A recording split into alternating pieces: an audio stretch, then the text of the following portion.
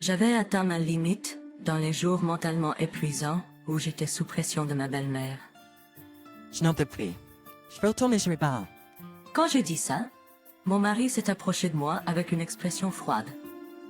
Mais qu'est-ce qu'il raconte? Après ça, ma belle-mère et mon mari ont tous les deux sombré dans une crise complète. Mon nom est Étienne, à 35 ans, et je travaille dans une agence de publicité. J'étais tellement concentrée sur mon travail que j'avais pas eu l'occasion de rencontrer quelqu'un. Étienne, tu as déjà 30 ans. Est-ce qu'on s'est marié? Ouais, mais je suis pas vraiment intéressé par ce genre de choses. À cette époque, mes parents m'ont gentiment encouragé à envisager le mariage. Cependant, j'ai délibérément évité de m'intéresser au mariage à l'époque. Je manquais de confiance en moi quand il s'agissait de romance. En fait, j'étais devenue assez timide quand il s'agissait de romance. J'avais peur qu'en essayant désespérément de trouver un petit ami, nous nous séparions avant d'atteindre le mariage. Je ne voulais pas être remplie d'attentes pour ensuite être trahie. Juste d'y penser me faisait mal au cœur. J'avais vécu une terrible rupture avec un petit ami dans le passé. Je pensais sous yad de moi, qu'il me trompait avec plusieurs femmes. Quand je l'ai confronté sur pourquoi il trichait, il a fait des remarques cruelles. Si tu manges de la cuisine française et des steaks haut de gamme tous les jours, tu ne t'en lasseras pas. N'as-tu jamais envie de quelque chose de léger et subtilement parfumé? Fine, de quoi tu parles? C'est normal de vouloir s'amuser avec d'autres femmes de temps en temps. C'est ce que je veux dire. Il a dit ça et s'est moqué de moi. Cet incident est devenu le catalyseur de ma peur de l'amour et j'ai fermé mon cœur aux hommes. Je n'avais pas parlé de ça à mes parents, mais d'une manière ou d'une autre, ils semblaient comprendre que j'avais peur de la romance. En réalité, je voulais avoir une relation sérieuse, me marier et rendre mes parents heureux. Mais je ne pouvais pas franchir ce premier pas facilement. Au milieu de tout ça, un jour j'ai eu une rencontre décisive. Cela s'est passé sur mon lieu de travail. Nous avons obtenu un nouveau contrat cette fois-ci. Tu seras en charge de cette entreprise, Étienne. En entendant ça de mon patron, je suis allée me présenter au nouveau client. Ah, enchanté également. Je suis Étienne de la société S. Nous avons échangé nos cartes de visite, et à cet instant, je suis tombé amoureux au premier regard de l'homme qui était mon homologue.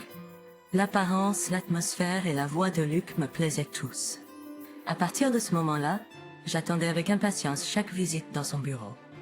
Il interagissait toujours avec moi avec un sourire rafraîchissant et je ne pouvais m'empêcher de ressentir de l'excitation. Avant même de m'en rendre compte, je me surprenais à sourire et à rire comme un fou. Mais bien sûr, je continuais à gérer mon travail parfaitement. Non, c'est pas vrai du tout.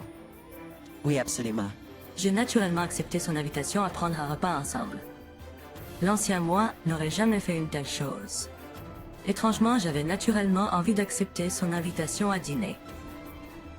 Quelques jours plus tard, nous sommes sortis dîner après le travail. Il était très galant et la conversation était incroyablement agréable. Alors qu'il était sérieux au travail en privé, il avait un grand sens de l'humour et était amical et joyeux. C'est pourquoi je me suis retrouvée là plus en plus attirée par lui. Cela faisait longtemps que je n'avais pas développé de sentiments pour quelqu'un. Et à partir de ce moment-là, il a commencé à m'inviter régulièrement à sortir manger. Une sortie? Je te forcerai pas, si tu veux pas. Moi aussi.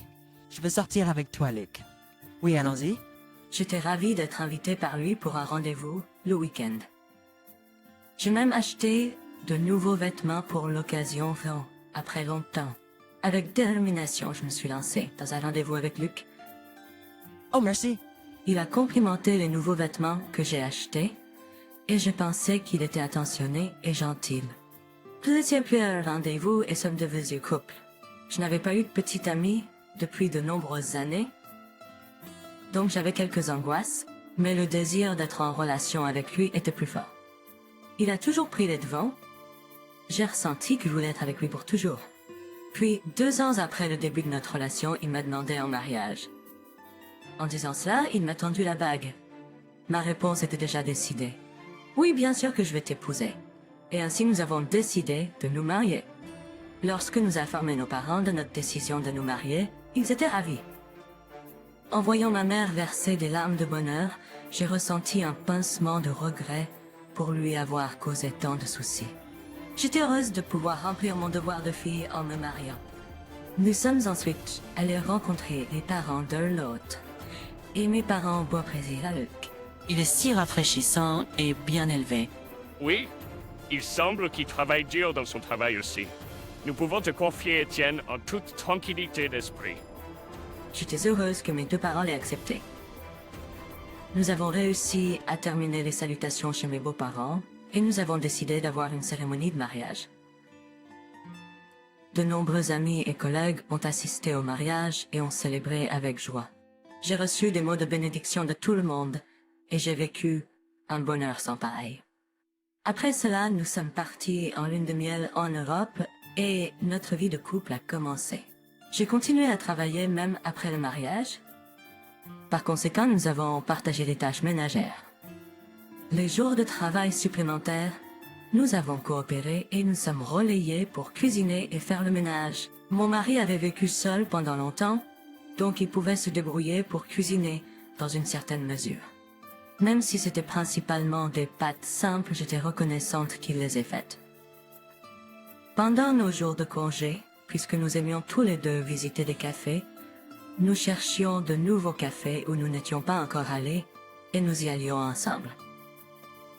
Nous sommes également allés à la plage lors d'une promenade et nous avons passé un bon moment ensemble. Notre vie de jeune mariée était très heureuse de cette façon. Moi, qui étais timide en amour, n'aurais jamais imaginé pouvoir avoir une vie de mariage aussi heureuse. J'étais ravie. Timide en amour. Je n'aurais jamais imaginé pouvoir avoir une vie de mariage aussi heureuse. Donc j'étais vraiment ravie.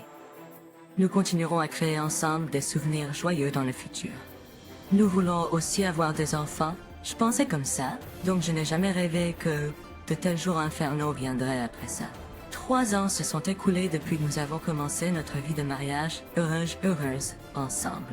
Nous avions toujours une bonne relation et nous étions heureux. Au milieu de cela, un jour, un événement inattendu s'est produit. C'était un message sous de ma belle-mère. Elle a dit que mon beau-père s'était soudainement effondré à la maison et avait été emmené à l'hôpital en ambulance. Nous nous sommes immédiatement dirigés vers l'hôpital. La cause semblait être une crise cardiaque. Il a subi un traitement d'urgence, mais mon beau-père est décédé. Mon beau-père est décédé. Pourquoi m'as-tu laissé derrière? Ma belle-mère, en voyant mon beau-père dormir dans la chambre d'hôpital, a éclaté en larmes. Mon mari et moi étions profondément attristés par sa mort. Mais le désespoir de ma belle-mère était insupportable à voir. Même pendant les funérailles, elle était plongée dans la tristesse. Il semblait que mon mari avait pensé en observant son état. Après les funérailles, mon mari s'approchait de moi et a dit quelque chose comme ça. Hein? Vivre ensemble? Luc, Pour être honnête, je n'étais pas très enthousiaste à l'idée de vivre ensemble. Je me suis demandé si c'était la bonne chose à faire pour mon mari. d'accord. Faisons-le. Julie, mon mari a dit ça et a appelé sa mère, décidant de déménager chez ses parents. Ma belle-mère, se sentant seule, a rapidement accepté l'idée de vivre ensemble. Et ainsi, notre cohabitation avec ma belle-mère a commencé. Même si nous avons commencé à vivre ensemble, ma belle-mère portait toujours le lourd fardeau du deuil de son mari, et elle n'était pas très énergique. Alors mon mari et moi avons partagé autant que possible les tâches ménagères, essayant de lui alléger la charge. La maison était plus grande que la précédente, donc ça prenait un peu plus de temps, mais c'était pas un problème majeur. Cependant, vers 6 mois, l'attitude de ma belle-mère a commencé à changer. Hey Étienne, pourquoi laisses-tu Luc faire les tâches ménagères? Eh bien, comme nous travaillons tous les deux, nous avons toujours partagé les tâches ménagères. Qu'est-ce que tu dis? C'est à la femme de faire ce genre de choses. Quoi? Et que veux-tu dire en disant que vous avez toujours partagé les tâches? Tu as toujours fait faire les tâches? C'est inacceptable. Ma belle-mère a commencé à crier comme ça. À partir de maintenant, je ne laisserai absolument pas Luc faire les tâches ménagères. Tu feras tout. Tu as compris? Quoi? Après ça, toutes les tâches ménagères sont devenues ma responsabilité. Chaque fois que mon mari essayait d'aider, ma belle-mère disait « Luc, tu n'as pas besoin de les faire. Elle essayait d'empêcher mon mari de faire quoi que ce soit à la maison. J'ai fini par me débattre seule avec tout le travail domestique chaque jour. Pendant ce temps, ma belle-mère semblait de plus en plus énergique chaque jour. En proportion de cela, elle est devenue plus stricte et critique envers moi. Qu'est-ce que c'est que ça? Ce plat n'a pas bon goût du tout? Est-ce que tu as toujours nourri mon fils avec une nourriture aussi terrible? Ma belle-mère se plaignait constamment de mon travail domestique comme ça. Et mon mari n'intervenait pas pour arrêter ses critiques envers moi. Et pourquoi tu ne me défends pas? C'est une bonne chose qu'elle aille mieux. Mais logiquement, ce n'est pas juste. Je n'ai aucune raison de supporter ses plaintes et ses critiques. Mais ses insultes envers moi n'ont jamais cessé. Elle mettait aussi la pression sur moi, me demandant quand nous aurions ces petits-enfants ou quand je quitterais mon travail. Le fardeau des tâches ménagères augmentait et j'étais sous stress à cause de ma belle-mère, à la fois mentalement et physiquement. Et au milieu de tout ça, un incident s'est produit qui m'a fait soupçonner l'infidélité de mon mari. N'est-ce pas, Luc? Le collègue qui était en voyage dans un lieu touristique local a vu Luc marcher avec une femme inconnue là-bas. Luc avait dit qu'il était en voyage d'affaires ce jour-là et n'était pas à la maison. Quand j'ai regardé les photos envoyées par mon collègue, il n'y avait aucun doute que c'était Luc. Peut-être était-elle quelqu'un avec qui il voyageait pour affaires. Ou peut-être les vêtements décontractés qu'il portait et la façon dont il marchait, bras dessus, bras dessous, ne laissaient aucun doute. C'était clairement pas lié au travail. J'ai ressenti un sentiment de désespoir, accablant. Mon mari me trompait. Il m'avait trahi. C'est donc pour ça qu'il s'est pas levé pour me défendre contre ma belle-mère difficile. Je pourrais plus vivre avec lui. J'ai décidé d'engager un détective privé. J'ai décidé de rassembler des preuves de l'affaire de mon mari. Les photos de preuves se sont rapidement accumulées et les préparatifs de divorce ont avancé rapidement. Pendant ce temps, les insultes verbales de ma belle-mère à mon égard ont continué. Ou plutôt, elles empiéraient. Mon mari n'a toujours rien fait pour l'arrêter. Il n'avait tout simplement aucun intérêt pour moi. Je suppose qu'il était trop préoccupé par sa maîtresse. Au milieu du travail et des tâches ménagères occupées, j'ai réussi à trouver un peu de temps et j'ai finalement terminé les préparatifs de divorce avec l'aide d'un avocat.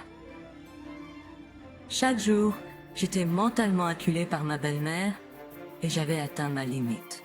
Un jour, j'ai appelé mon mari et lui ai dit « Je n'en peux plus. L'attitude de ta mère envers moi est tout simplement trop terrible. » En entendant cela, mon mari a répondu avec une expression froide. « Je peux pas comme une. Je gagnais mon propre argent comme lui. Mon salaire n'est pas inférieur au sien. De plus, je fais toutes les tâches ménagères. En un instant, mon amour restant pour mon mari a disparu. Eh bien, il n'y avait pas d'autre choix que de divorcer, surtout compte tenu de son aventure. D'accord, divorçons. Malheureusement, soy dur quel point j'extais divorce facile. Il n'y avait plus de raison d'hésiter. La semaine suivante, j'ai immédiatement entamé les procédures de divorce. J'ai commencé à emballer mes affaires pour retourner chez mes parents. C'est alors que ma belle-mère a dit « As-tu décidé de divorcer par hasard ?» J'ai toujours pensé qu'une femme comme toi n'était pas faite pour Luc. Elle a continué à me rabaisser. Et mon mari s'est joint à elle et a ri avec elle. Ignorant tous les deux alors qu'ils partaient, j'ai quitté la maison de mes beaux-parents. Par la suite, ma belle-mère et mon mari j'ai immédiatement envoyé une preuve de livraison au lieu de travail de mon mari par l'intermédiaire de mon avocat.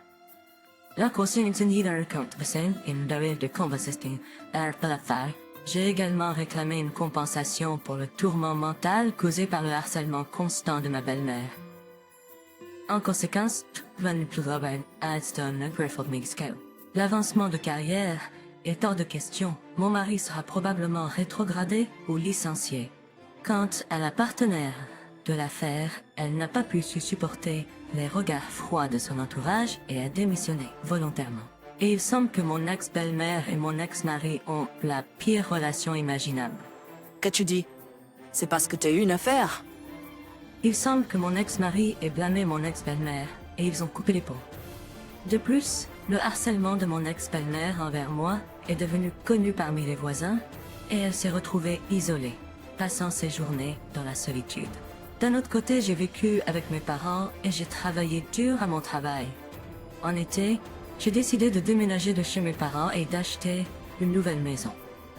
Avec une somme importante de compensation et mon travail assidu, j'ai récemment reçu une promotion. Je veux continuer à travailler dur et gagner ma vie. Je suis excitée à l'idée de la nouvelle maison et je pense à trouver de nouveaux passe-temps et à enrichir ma vie. Désormais, je vivrai pour moi-même et me concentrerai sur mon propre bonheur.